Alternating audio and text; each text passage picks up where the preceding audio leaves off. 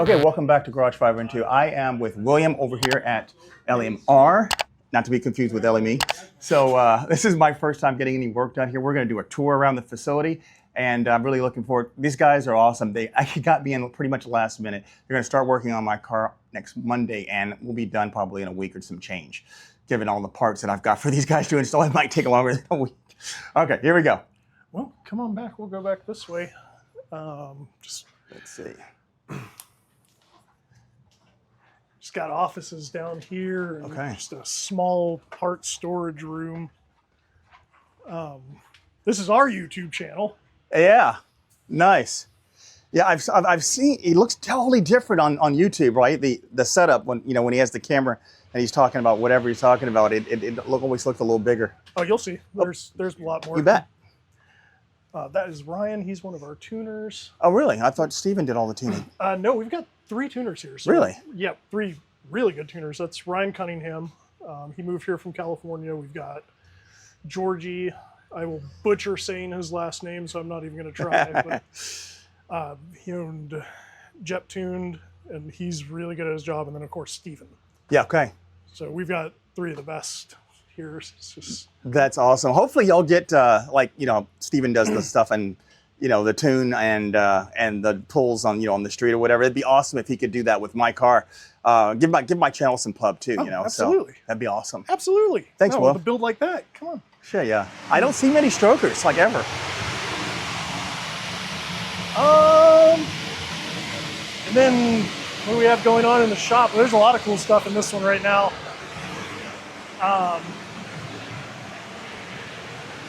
I love the tailpipes on this car. They got to be, what, 4.5? Yeah, I think he's got big Corsa. Because the tailpipes themselves are unusually round. Like, they're really, like, mine I think are 4-inch. Those look like a little bit larger than mine. Yeah. This is a nice build. This C6 ZR1, obviously. Yeah. Put a lot into this. Get the Kong. Kong lid, but not the blower. Oh? No.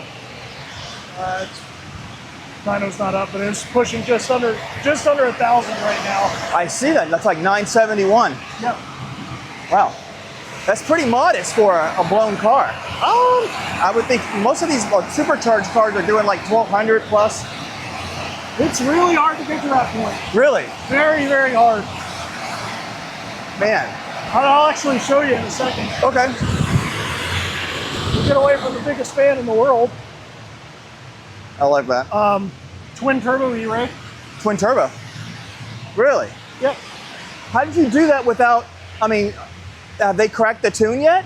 How do you, really? Yeah. I have not heard that they've done anything with the Z06s with the tune. E-Ray's still same ECM and software that the regular Stingray's on. But this is not a Stingray. This looks like a Z06 unless it's a body kit.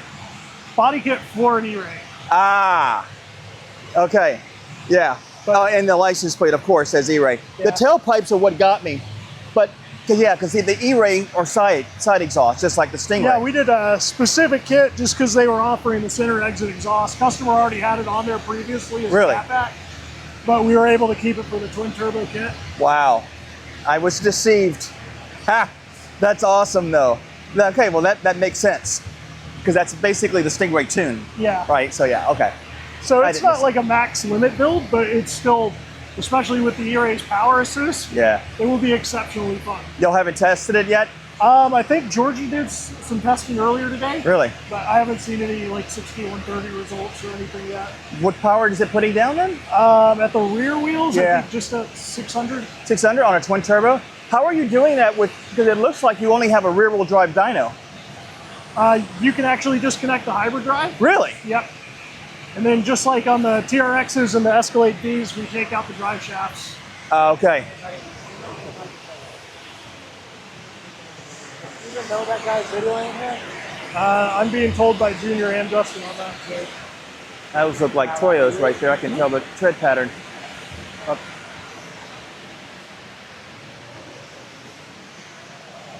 Sorry about that. Yeah, he went all out with the side body kit and everything.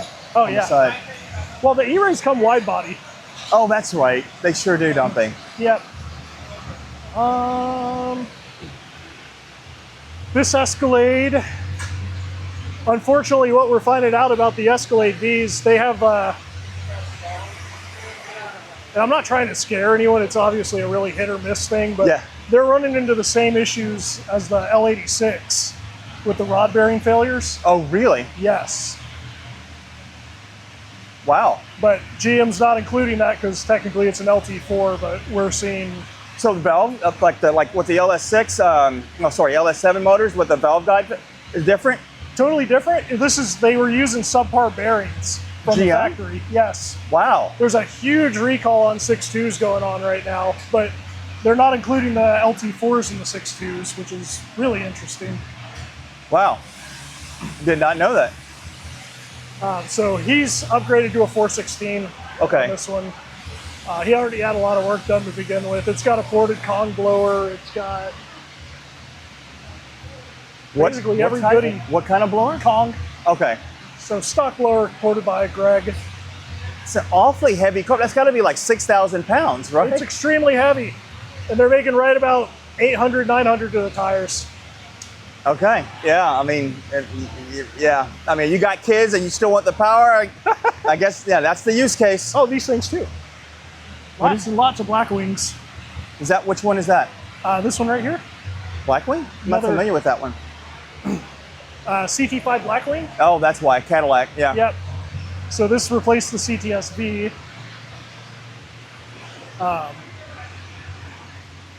It's basically just an LT4 setup, same as It's a pretty color. the regular. This one's completely stock right now. Yeah. Wow. The owner bought it sight unseen from a dealership, I think in Dallas, and just had it shipped straight to us. So we finally got all the parts in. And Were these already painted from the factory that way? It's a nice touch. yeah. But I know it's here. Where do y'all park this anywhere like around? Is that like because there's no room in the shop, so I guess y'all have it No, outside. we play a really expensive game of Tetris every night. Seriously. Seriously. That's how MTI was. I remember that, pushing in and out all the cars and kept. Wow. Yeah. We can fit a lot more in here than it appears. Yeah, Tetris is the thing. I love it. But going back to what you were talking about earlier with 1,200 horsepower, Yeah. this is a 1,200 horsepower ZR. This is a max effort, Okay. absolute max effort ZR1. So is it just the cubic inches that's holding these cars back compared to the Vipers that have twin turbos or supercharger? Because it seems like those guys are putting out 2,500, 3,000 like it's nothing. But the Vets tend to max out around 1,200, 1,500 is most that I've ever seen. Is that just a cubic inch thing or what? There's no replacement for displacement. Yeah. But I also don't have the technical knowledge to tell you that. Okay. I'm just curious because every vet that I've seen, they don't have much more than, I say much more than, like it's nothing, but I mean 1,200, 1,500 horsepower is a shit ton of power. It's more power that you're really going to use because you basically make third gear unusable. Oh, yeah, absolutely. But like compared to the R8 we did, I mean, Yeah, those R8s, again, the R8s are what? How many cubic inches is that? Is it a 4 liter? oh, I can't remember the R8s. I know I know it's not a 5 or anything, but either way, it's a V10. It's a bigger motor. So I don't know. I don't know why. Those cars replaced the Supras from back in the day, and those are like if you go to Texas 2K, it's R8s and Lamborghini Huracans are like the main, and some GTRs. But GTRs even kind of got supplanted by the R8s. But I saw all 3 of those. But you don't see as many old school Supras from the 90s anymore. These guys aren't really there because they're not making the 2,500, 33,000 horsepower these other big bills are doing. And I guess it's just a limitation of the motor, but I don't know. motor fuel system, there's a lot of different parts that go into it. Yeah. But it's amazing. Like I'll show you some of the Ford stuff in a second. And that's compared to GM, like the Fords and the Dodges, they're incredibly easy to make big power on for not a lot of parts, not a lot of money. Really? And that goes for an R8 too. Ferraris? R8. Oh. The cost of entry is a lot higher, obviously, but the cost of the parts and everything isn't as nearly as expensive to build a 1,500 horsepower R8. Really? as it is to build a 15 horsepower Chevy. Wow. This one's not a max effort build. It's just like a fun weekend toy. C601? Yeah. Gotcha. We got a lot of C601s here right now. Yeah, I see that. You know, even when I was at Corvette Invasion, I didn't see many Z06, a lot of Z01s, C601s. Like the Z06s seem to be, you know, not around anymore. I'm glad to be one of the few and the proud, but yeah. We have quite a few roll through here. Really? Yeah. That's awesome. TRX, this one's getting our 950 package, so it's going to be ported blower and all sorts of basic goodies. Oh my. That looks like an iron block. At least the Chevys are typically iron block when they're painted. Oh, the block isn't painted. Those are the heads. Okay, never mind. And yeah, like these, compared to a GM build, like these do not take a lot to get good power. I see a lot of people with the TRXs. I mean, yeah. Same thing with the Hellcats. It's like change a pulley and injectors and fuel system, and you've got a rocket ship. Yeah, yeah. You need something to offset all that weight. Yes. That's a heavy ass car. I call it the Fat Cat. Yep. But I'll take you over to the other side too. Okay. Go to the other side. This is yours. No, this is. Yep, this is my baby. Okay. Big motor. This the only stuff in the back is really, you know, they took off the heads and whatnot, and so the coils and whatnot. That's a beautiful color. What color is Le it? Mans blue. I've never seen that here. That is why I bought an 07. It was the last year they made Le Mans blue. I did a video comparing, as if there's a comparison, but there actually really is between the C606 and the C806. You know, C7, they got away from naturally aspirated. But I did a comparison between like the C606 and the C806, and this color in particular. Like I went into detail about how few they made and why this color is exceptional because of the Le Mans wins, right? It was initially in the 04 to commemorate all the back-to-back Le Mans wins and whatnot, and then they brought it over to the C6, but only for the C6 only for 06 and 07. Interesting. That's probably why I haven't seen them. Yeah. That's yeah. a gorgeous color. Thank you. And this freaking hood was like another one of my wet dreams. Like I had been wanting this particular hood forever, and the knockoffs were not very good. One was so bad that rather than ship it back, they had me to video me destroying it so that they could refund my money. They didn't want it back. It was just crap. It's just cracked and all kind of shit, the fiberglass on it. This one I went directly to the original guy. Super Vets was a retailer that he used, Donald, but Donald owns SS-Vet. It's not a sexy name, it's hard to say, but that's the original guy. It's his mold, it's his hood, and he no longer works with Super Vets anymore, even though they're still selling, you know, kind of his design.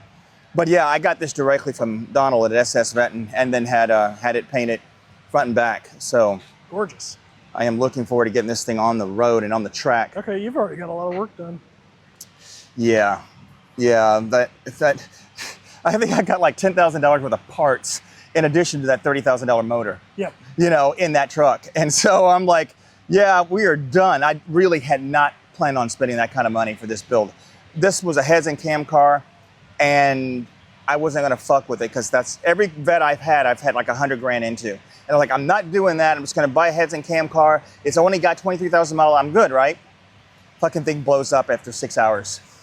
And so there's metal in there somewhere. Y'all are ultimately gonna pull this sucker out, send it over directly to LME. They're gonna break it down, diagnose what the hell went wrong. I suspect it dropped the lifter, but we'll see. Hopefully the fucking block is good because I've got a buyer for the block. But whatever else is good on it would be great, then I can offset some of my costs. Yeah, for sure. Those LME heads, I pray those are good. Maybe they just need to be rebuilt. But when metal floating around in the engine, you never know what the fuck is fucked up. They're good about going through everything. Yeah. They know their stuff. I'm pretty sure that intake is melted because it broke the exhaust valve and it melted the intake from what the guy at the last shop said. The cam obviously is fucked, right? So we'll just see. But yeah. Beautiful.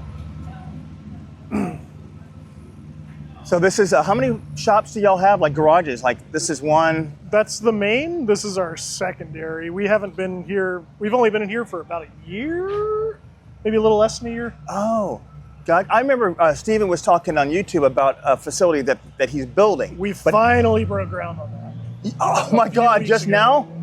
After, I think it's, Over a year. oh, it's been over 2 years easily. Just finally breaking ground like 3 weeks ago. I remember him mentioning that on the channel, and I'm like, I thought they were further along, but no. No, All that's why we had to take this place over just because.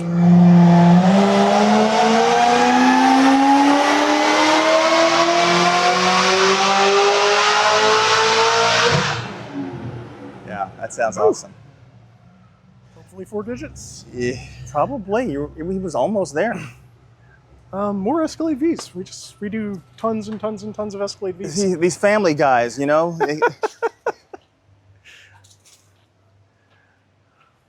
Yeah, that new facility ought to be awesome. I know it's going to be huge. Oh yeah, it's beautiful on paper. I just can't wait to see what happens when it actually finishes. No doubt. Which should be in like March or so. Oh, really? Next year? Okay. Yeah. That's actually pretty quick construction considering. Yeah, luckily metal building. So this is second shop. There's a Z06. Yep. Forced induction, but it's Yeah. 06. It's a very, very, very fast car. Yeah, I imagine. It's I'm hoping that's not a stock bottom end. Huh? No. Yeah, okay. No. Because boom.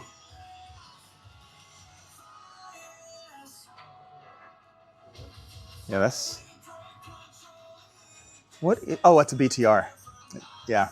Yeah, we just switched that out. He's doing some minor changes on this just for, it's already stupid fast. I mean, just wicked quick car. Yeah. But we're just doing some drivability upgrades instead of like really horsepower upgrades. So this one's here, it's getting air to water intercooler set up Okay. with an ice tank instead of doing what setup it had. And When I did, well, not me, when LME did my dyno tune, not tune, their dyno testing and whatnot, they're using my mammo-ported MSD intake manifold, right? But they didn't mention that the intake is holding me back in terms of power. Like, it should make more power than that.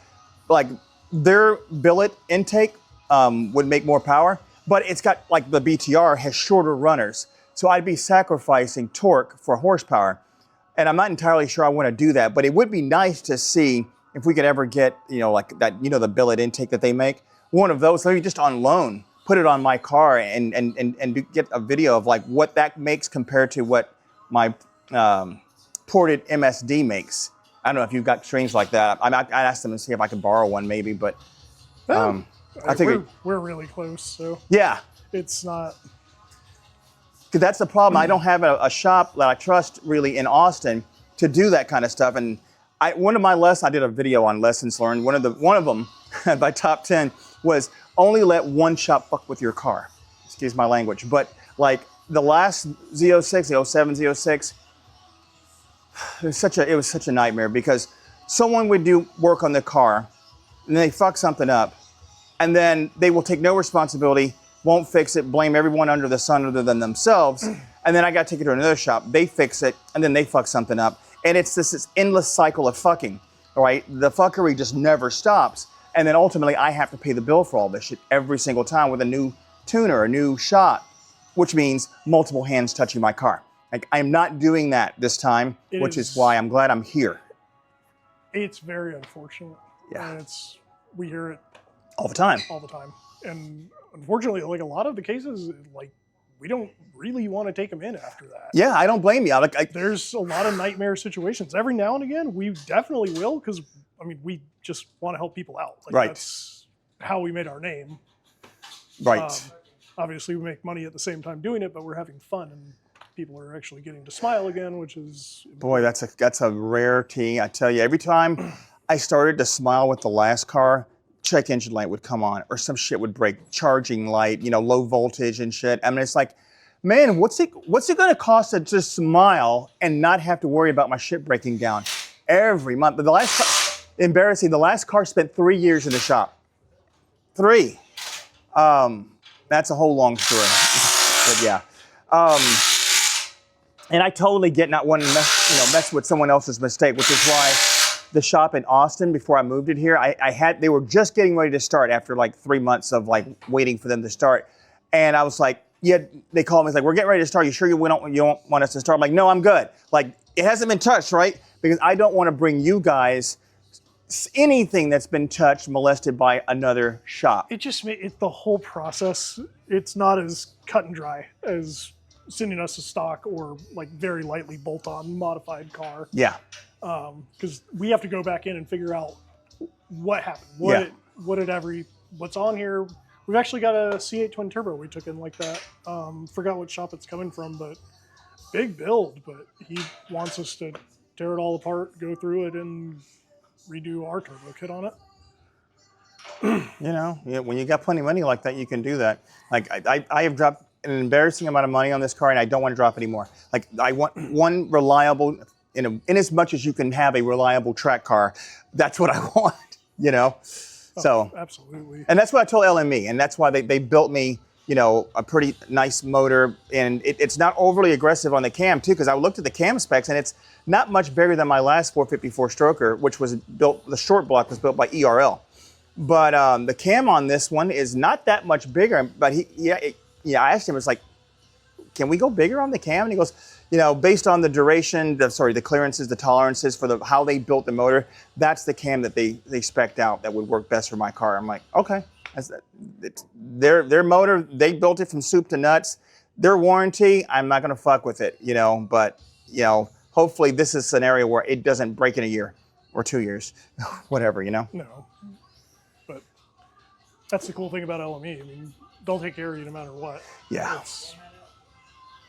That's why we offer warranty on stuff too. It's just, which is really strange, and because every shop that I ever messed with, no one does that, and it's a damn shame because that's your security blanket, right? And otherwise you're in my scenario, right, where the shop takes no responsibility. They're like, you're on your own, and then you got to go somewhere else to have them fix it because they won't admit that they did anything wrong. That's why I love that. Just the logos, like the title for this thumbnail is going to be like LMR, LME, or something like that, like split, like it's like a perfect marriage. So that's the plan. Yeah, it's really sad that a lot of other people don't take care of their customers like that. It's just.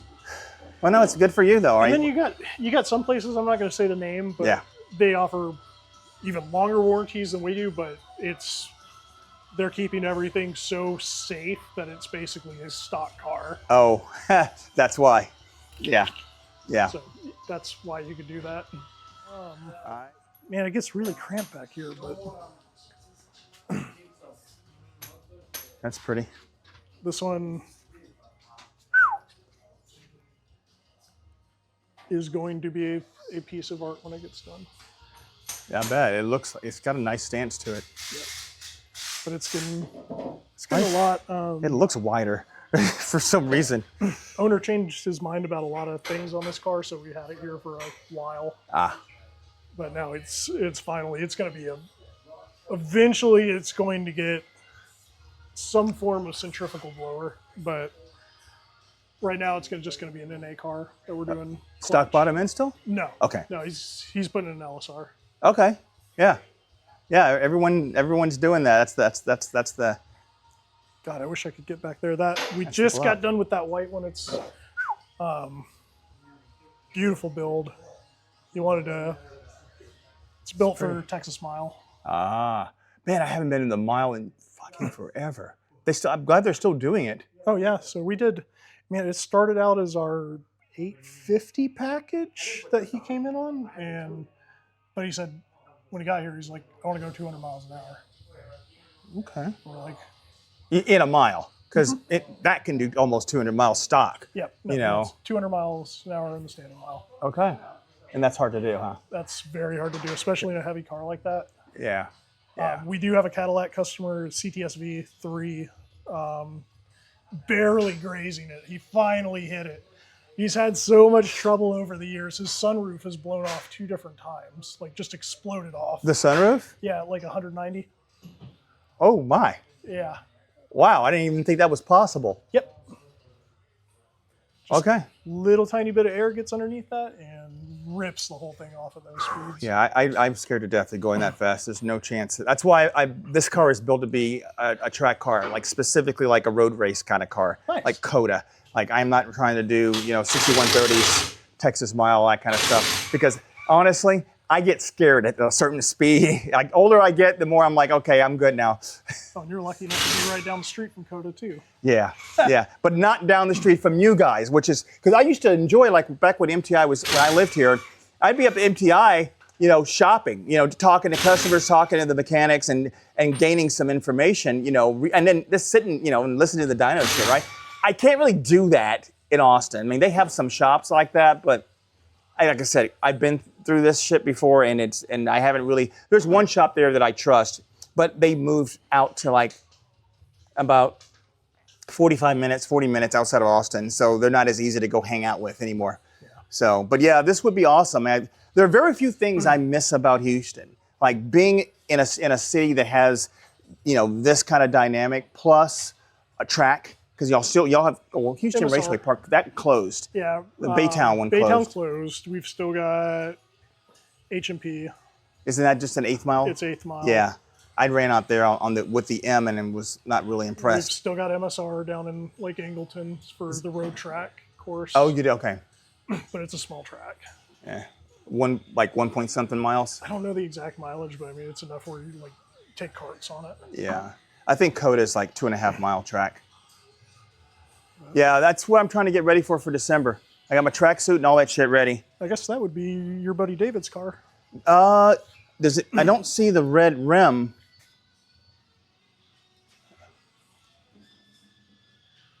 Because his is a Centennial, and it would have a red outline around the tires. That's it. It is? Yep. Oh, you're right there, DBM Racing. I gotta send him a picture.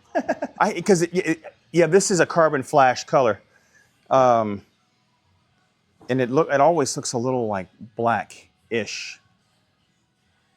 Okay, that's a wrap. I am leaving LMR in Houston and head my ass back to Austin, Texas, where I will be in a buttload of traffic. But this was far more important. Got the car here yesterday. We've got all of the parts. I'll show you. Unloaded and everything right here. Motor's there. So we are ready to head back. And I'm looking forward to getting the car back. My guess is probably in 2 weeks. I'll start working on it next Monday. And I should be back on the road and on the track for the December 20th event at Coda. Anyway, thanks for tuning in and liking and subscribing, and I'm looking forward to getting some car content finally with this beast. So take care of yourselves, and as always, check that box.